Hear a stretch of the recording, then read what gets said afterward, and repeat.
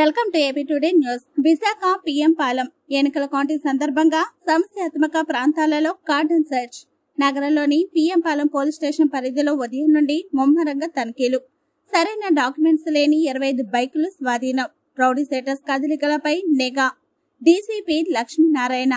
June 4న counting పూర్తయ్యే వరకు నగరంలో పలు సమస్యాత్మక ప్రాంతాలలో తనిఖీలు జరుగుతాయి.